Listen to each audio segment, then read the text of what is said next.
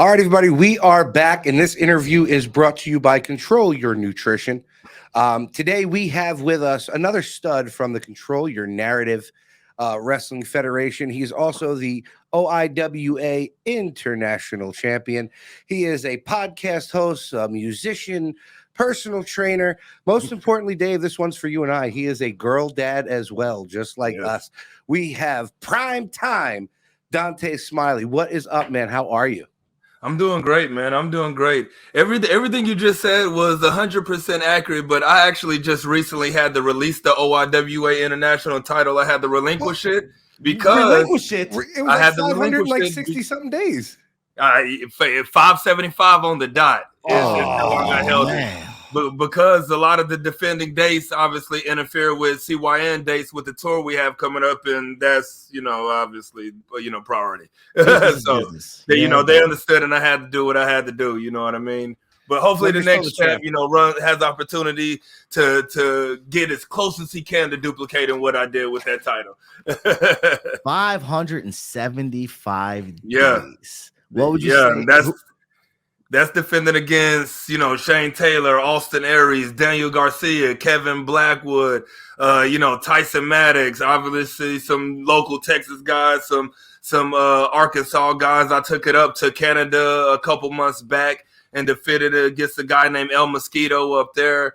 And so I've had the blessed of the opportunity to do a whole lot with it, face a whole lot of top-notch and very, very obviously high-quality opponents, you know what I mean, and put on some clinics with some people while we're getting the title over for Sir Mo and his company. Everybody loses with the Texas Cloverleaf? Not everybody. Some people lose with the Texas Cloverleaf. Some people lose with the double stomp. I saw you do the double stomp for like the first time, as I'm like watching your videos, right? I'm like, how tall is this dude? Because you're hitting people's shoulders, right? From standing. So then I get to look into your stuff, see you're a fitness coach, see the APAC stuff. I mean, tell us where it all started, man. Tell everyone in Fight Factory how it started, where it's at, where it's going now.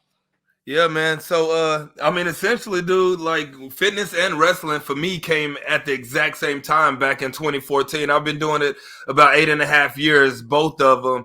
And wrestling fell into my lap. I had a podcast that I did videography for at certain events. And we do interviews behind the scenes with him. And one night we went out with a certain company. And by we, I mean my partner and I that I had at that time. We went out with a certain company, met some people just out drinking with him afterwards. And then I got the number to my trainer, called him that night. It's like 10:30 at night. He's like, yeah, just come through Monday, but you don't need to call me this late. You know what I mean? Is it true? I heard it was true that you guys just reached out to, I think it was Metroplex, right? And then you just, hey guys, we'll do your videos and we'll come promo some people. And they're like, it's free, man. Come on down. Let's go. And just do it, right? That's exactly what it was, man. We reached out to MPX. They let us come out. We did our thing, went out with him afterwards. And the rest has relatively been history. There's a guy named Solid Gold, Gregory Simons was his name. He actually had to retire from wrestling because he got electrocuted by lightning. He got struck by lightning and stuff, which is the craziest thing ever to know somebody that legitimately got struck by lightning. But he had to retire because of that, because it actually blew his toe off or something like that. Crazy. Greg, when we met him that night, he was kind of looking at us at that time. I stand right between, right at 6'1" is how tall I am. And at that time, I was about 145, 150 pounds when I first was getting into the business. I sit about 191, 192 now. And, he looked at us. He was like, y'all might need to gain some weight or whatnot. He was like, but y'all definitely have the personalities for this stuff. And, I mean, we took that, hit the ground running. At one point in my career, Greg actually gave me a pair of his boots that I have put away now and stuff like that from when he retired, man. And I've just had I've a very grateful career to be aligned with Sir Mo from Men on the Mission, to face all the people that I faced, to have the opportunities that I had, be it with AEW or even well before when I was working for VIP Wrestling out here, super heavy, and we were facing Keith Lee and Shane Taylor and Ricky Starks and Aaron Solo and a whole bunch of them top tag teams back then when I was kind of tag team specialist for a few years. And now with CYN, man, we're hitting the ground running. I have a great opportunity with them. EC3 has me in a great position and, gave me the ball to be able to run with it. And that's exactly what I'm going to do. Yeah. What I think is great is Tell everybody the story about Austin Aries giving you his move. That's a pretty special thing right there. Yeah. Yeah, I mean, Austin, he at that time that I faced him was right around that time that he was getting a lot of just flack for just, stuff that didn't matter with wrestling is essentially what it was, you know what I mean? And he was the nicest dude ever. There's zero problems at the time. Now, we're on the same roster with CYN and stuff, and he's working as a producer. But even back then, man, when we were going over the match, it was very easy to go over stuff with him. He was down for whatever. I was down for whatever. And, he wanted to do towards the end that match with him. We did a spot where essentially, he hit me with the brain buster, and I end up kicking out of it. And then he tries to wrap me in his last chancellor. I get out of that kind of too. And then he went to get the ref or whatever. I saved the ref, pulled him in, hit him with the brain buster because he wanted me to do his finishing move to him where it kept him down a little bit more going into my submission, which was that elevated cloverleaf that I do where I kind of hang him fully upside down. And we changed the finish like right at the curtain too, as far as me doing like a brain buster into a stomp versus what we ended up doing, the brain buster into the Texas Cloverleaf after the save, because he wanted to do me the bid and he thought it'll make me look better at that time for him to tap out to me, being that his finishing move, the last chancellor, was a submission move as well. He thought that was a good look, and it really was, because we were able to play that stress sequence of it, and the crowd went crazy and blew up the moment he tapped out.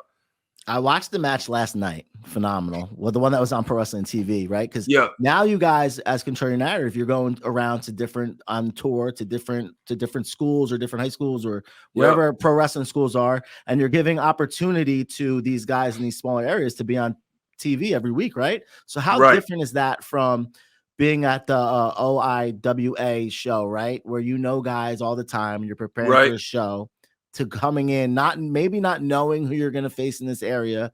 And then, you got to put a show together in a couple of minutes to figure it out. How much difficult is that for you as a talent than, anybody else, you would say? At this point, it's wrestling's the same. You know what I mean? After 8.5 years, hopefully people would have been put in positions to where they face all kind of opponents of all different calibers, all different styles, all different levels, even from the good to the bad to the ugly to the great. So when they get these opportunities, it's just, it's another Friday, it's another Saturday type situation, and you want to go out there, perform, and that's exactly what it is to me. Austin, with me, obviously me facing him last year, coming in, knew what I could do already. So he was already super vouching for me. Although Ethan was already high on me, so was Adam. But everybody wants a piece of Primetime, baby. Yeah. Right. And so it was really cool. So, Austin was already vouching for me. So it was a seamless transition. I got the opportunity, and all I had to do was come and show and prove. And that was the least of my worries, because anytime I have the opportunity to make sure I pass and fail on my own accord, I always end up passing. You know what I mean? Because the work has already been done to get here. Now it's go show them what everybody else is being seen and other opportunities in other areas, maybe that I haven't got on the level of, what I have now. Your story is very important for, I think it's very important for Control Your Narrative, for what the story EC3 is trying to tell with the mental health aspect of professional wrestling, which is very important. And the way in 2022, where we are now as a planet and as a world, it's important. Maybe our fathers didn't really worry about so much about that stuff. But your story is very interesting because you get hurt, right? Training someone how to dunk a basketball, right? Can you talk about that? It's the same injury Dak had, right? Yeah, I mean, essentially, so Dax went to the outside, mine went to the inside. So when he got tackled and dislocated, his went outward, where mine went inward. So I was looking at the bottom of my foot when it dislocated. So you're home, not working, right? Right. You can't wrestle now. Right. You can't be a fitness coach now, right? You rehab yourself, right? You don't, because there's no insurance in professional wrestling, right? Yeah, I did, because it was one of them things where when I remember waking up, because obviously the doctors, they had IV'd me with all the hard drugs because they had to adjust it twice to get it back in position. They thought I was going to need surgery. Luckily, I didn't need surgery, and they knew I didn't want that, and they were able to avoid that. But they actually had to call the orthopedic surgeon in the middle of the night, who was at home, for him to come up there and adjusted again because the ER doctor couldn't get it in all the way in position, and he didn't want to keep adjusting it and block off one of those veins and nerves or whatever down there because it could cut off blood circulation. There's some main arteries and stuff. You get compartment syndrome. I had that. Exactly. So they were wanting to avoid that with that dislocation. So he came up there, adjusted it. We avoided surgery, but they initially told me when I woke up that it was going to be a 6 to 8 month rehab process before I could wrestle again. And, they were like, you would obviously go through the resting phase. And then at some point you'll be in physical therapy and you'll be doing that 2 times a week and all that kind of stuff. And I'm sitting here thinking, I'm like, okay, in physical therapy, I've been there before. I've been an athlete somewhat my whole life, former basketball player, football player, and whatnot back in the high school days and stuff. And so the one thing I know with physical therapy a lot of the time is that they give you a piece of paper and it has a bunch of different exercises that they're going to have you through, and you just kind of go through advance and this and that. When I had this injury, I'd been a trainer 2.5, 3 years already. So I already knew the same information, the same stuff that they were going to do that I would have possibly had to pay for at that time, that I could do myself not only 2 times a week, but 7 days a week for as long as I wanted to, and didn't have to baby myself and could control my pain levels.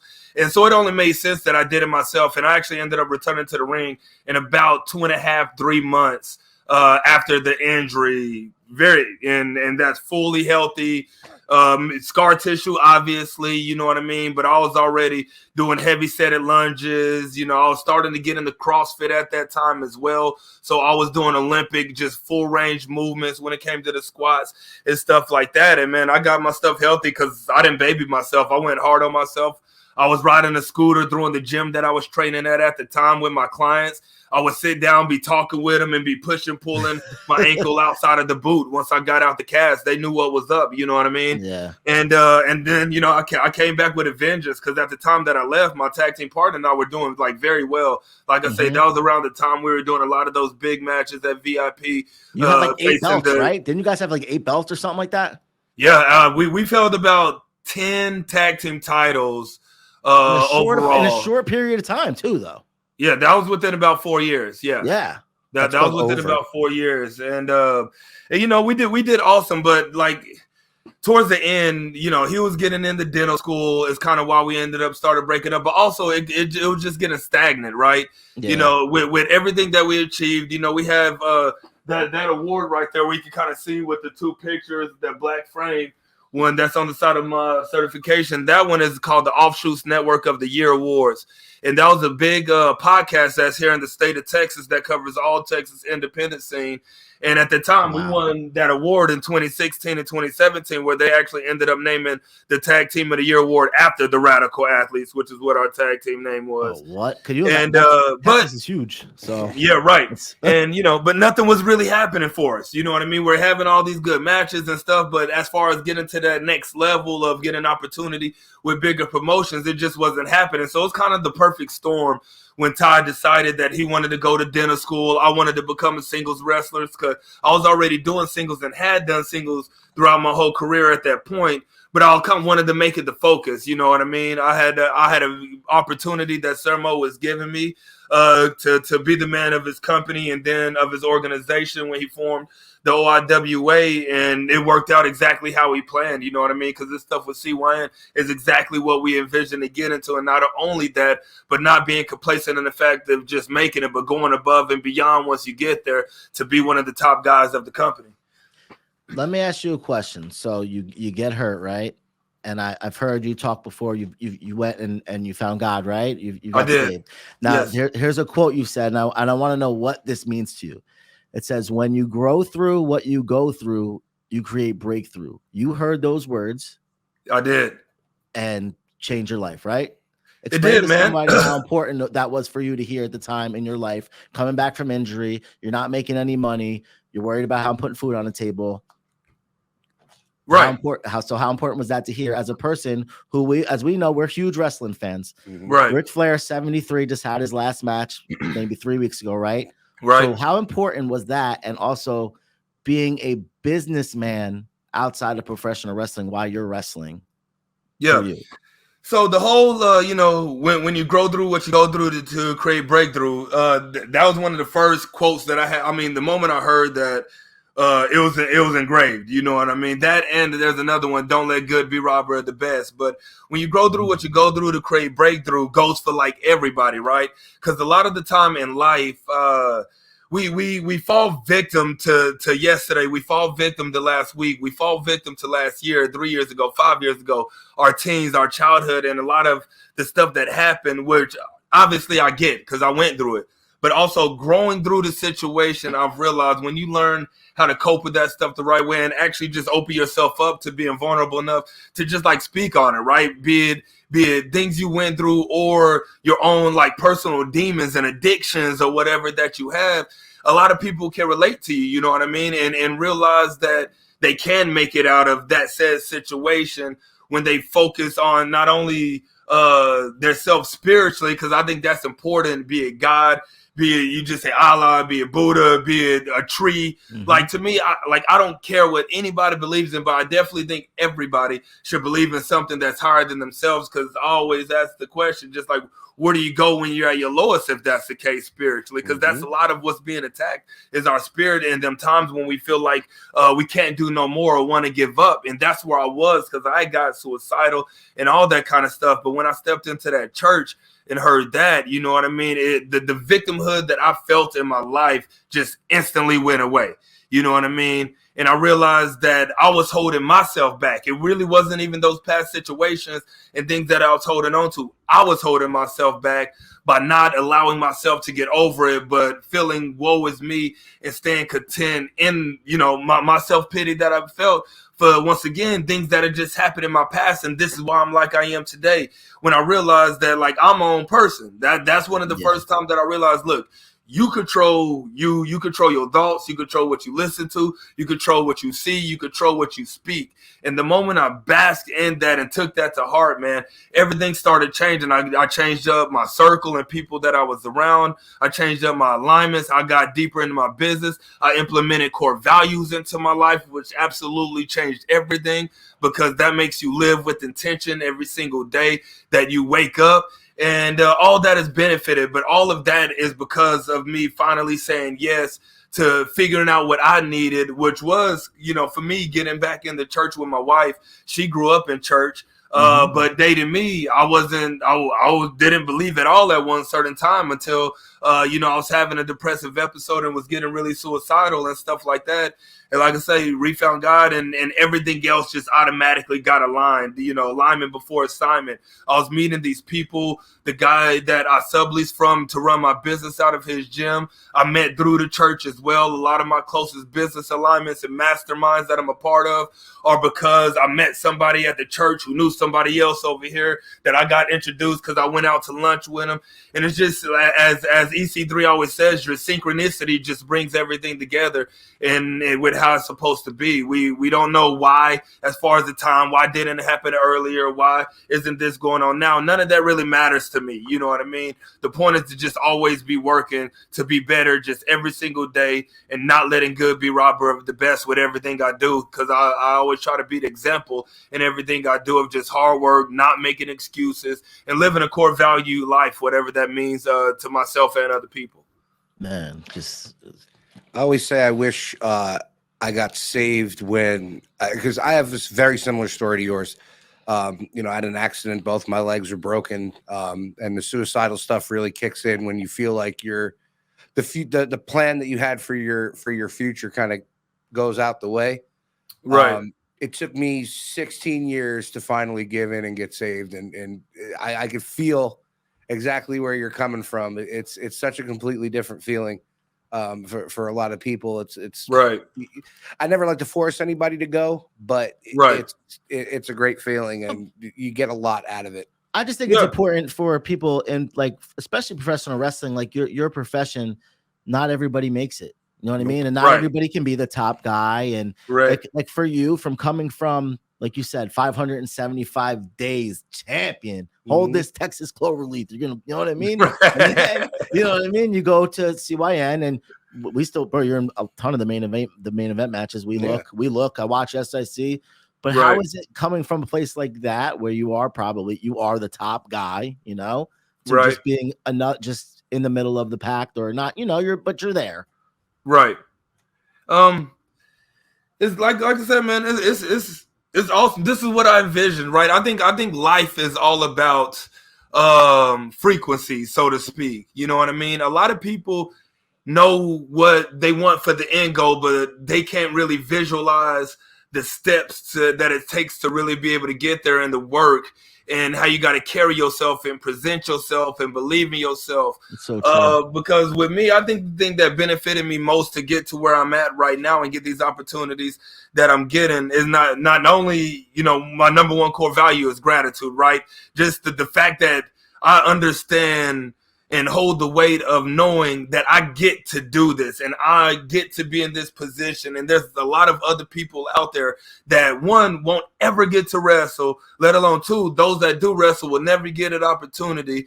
Three, those that do might get an opportunity, could end up bombing it. It might work out, something might come up, and they have to stop doing it, man. And so I hold the weight of that on my shoulders intentionally, knowing that I'm grateful because it could have been anybody else. And that's what I told EC3. I fully understand that it could have been anybody else. You know what I mean? But I'm definitely happy that it was me that got the opportunity and it got to run with the ball, obviously. Because I think that's important when it comes to anything, is just maintaining that gratitude, just doing the work, getting in tune with those frequencies. Because a lot of people, like I say, they see the goal, but they don't know how to get there. They don't know what channel it takes, what way to turn to be able to get those frequencies aligned where you get a clear message and get a clear vision on where you want to go. And I was luckily able enough to do that for myself.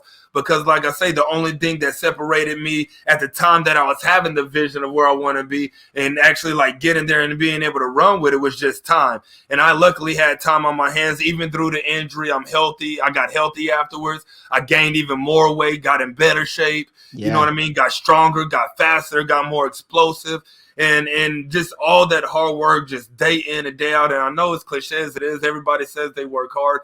But, brother, I do a lot of stuff, and I do a lot of stuff very well, and I use my time well, and I do a lot for others, which, you know, goes unspoken because it doesn't need to be spoken about to me, because I don't do it for that. I do it because I want to do it and help people and train people in different aspects of life. I've trained people in wrestling. Sir Mo had me as the head coach of his professional wrestling school for a while outside of here in Carrollton, you know, for the last 2.5, 3 years.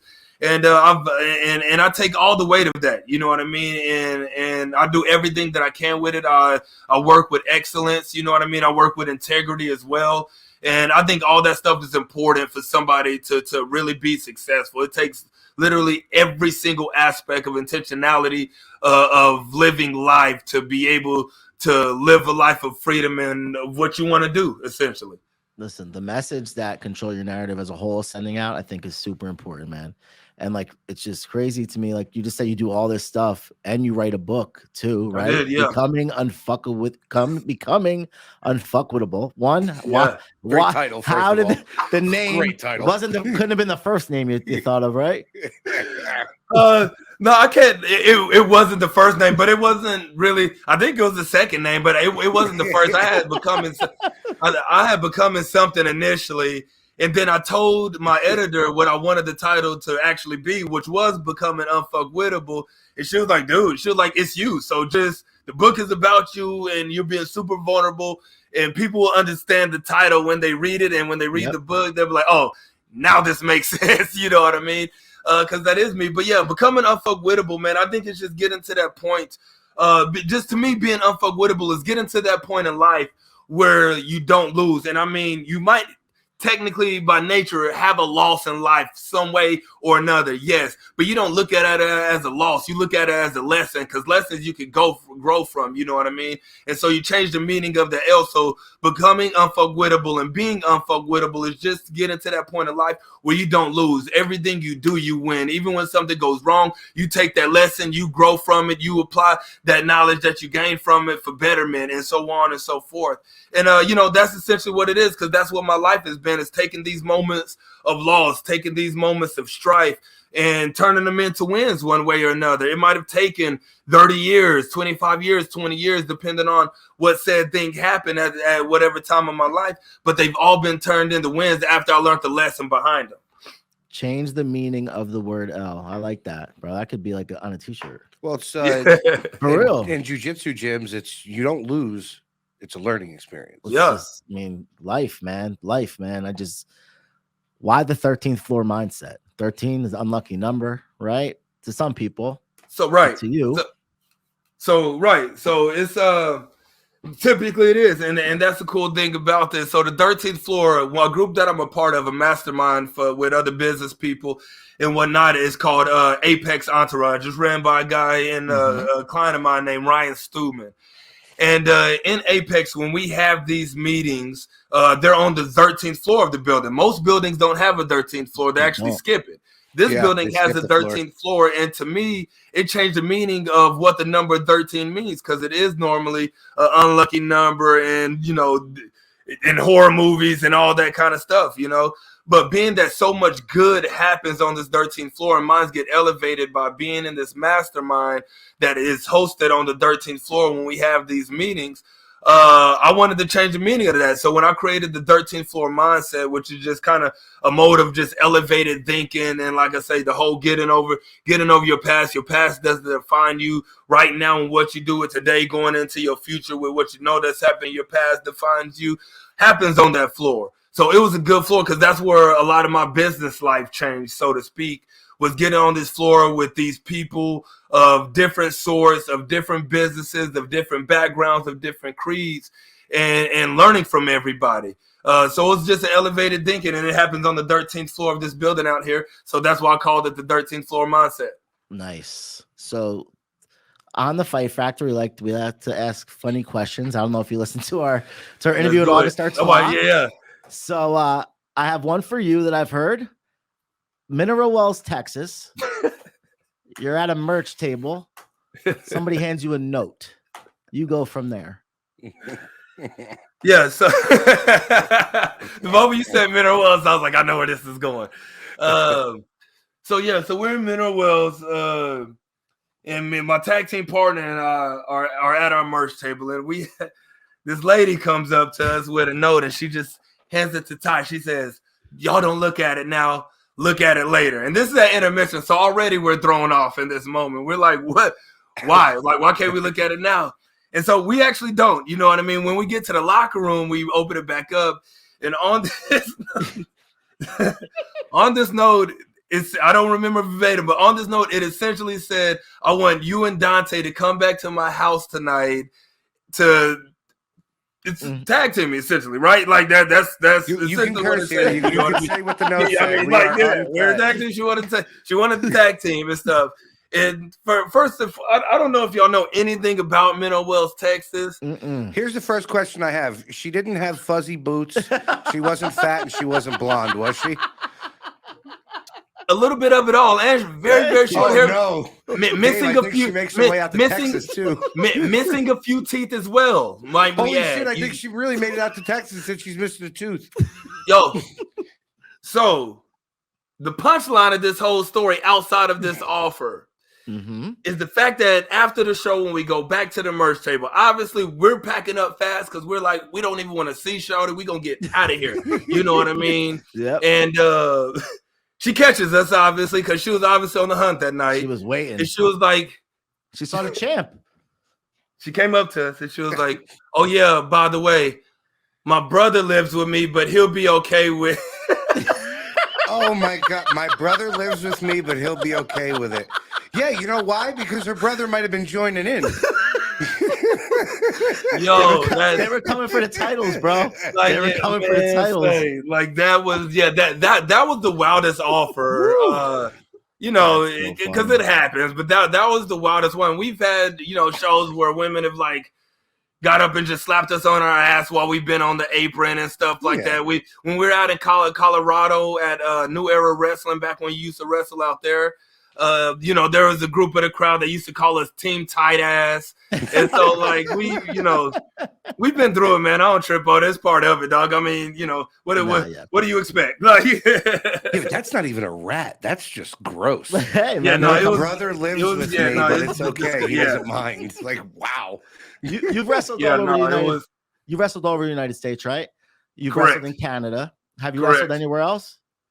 Not country wise. So Canada's the only out of the U.S. place North that I've America. been, but So I've wrestled all around the U.S. of sorts. Where would you say? Be completely honest. Okay.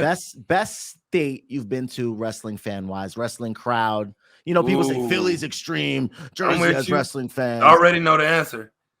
Cleveland, Ohio. Cleveland. Yeah. Yo, the CYN show that we did in Cleveland, Ohio, when we did the Cleveland, Detroit, and Milwaukee loop a couple months back, 2 or 3 months back, that Cleveland show was the loudest show that I don't know if it was just the acoustics of the venue. The crowd was packed. It was about 6, 7 deep in there, shoulder to shoulder, standing room only, double deck. You know, we had some seats in front, but it got to standing room only because it was completely sold out. That Cleveland show, it was myself versus Weston Blake, and we had a banger, and he was whooping my ass that whole match, and I ended up pulling it out, and that crowd absolutely went apeshit for Dontae when that match was done, man, and it like the rumbling and every single match was like that, and all the other crowds have been hot. But there was the match last night loved you. That was just a whole different level, though. The crowd loved you last night in Dallas too. Well, you're a Texas guy, right? I guess. Correct. So Cleveland, huh? So Artois a Cleveland guy too. That doesn't surprise me though. Cleveland usually has rock. I mean, come on, people still root for the fucking Browns, right? Yeah, right. Where can we find you? It was lit out there, man. You know, Orlando was always really good. We did the Tin Roof. Orlando was lit. I mean, all of them been good, but that Cleveland crowd, there's just something different about them that night. They wanted everything that we had to present. They got all of it, and they gave us all of it as well for what we were doing, and it was awesome. Hey, listen, November 5th, me and this guy are in there, Starland Ballroom. Yeah. We cannot wait, bro. We hope we get some backstage stuff with you guys. Yeah. Where can we find you? Where can they find you? Let them know. Yeah. So all my social medias are at Primetime Living. Primetime Living. That is ING at the end of that living.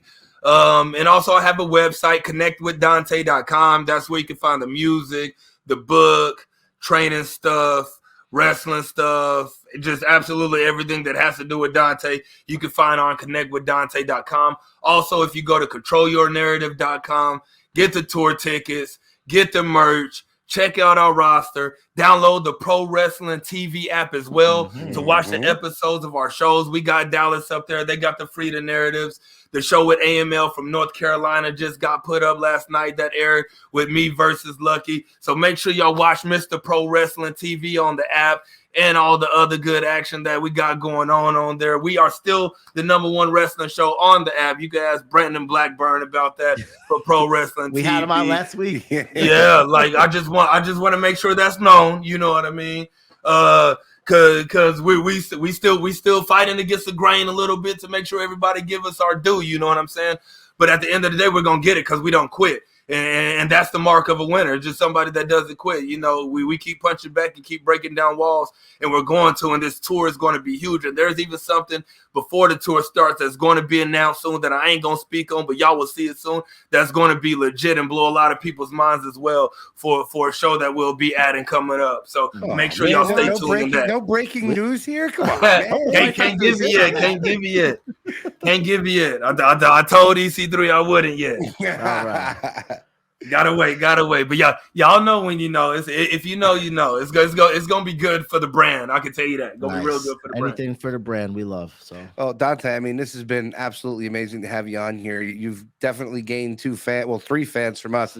Too bad Dave couldn't hear anything over here because he doesn't have his headphones on. But hopefully we do get to see you in November when CYN comes out here to New Jersey, and maybe we can even you come to the studio. We can shoot the shit here. That'd be awesome. Either way, you know. So best of luck with everything. Thank you. Know, keep going with the training, and I hope everything's great with the family. And we will get to talk to you again soon. Indeed. I appreciate y'all, fellas. Thank y'all for giving me a moment to be with y'all today. Thank you very much. Thank you, sir.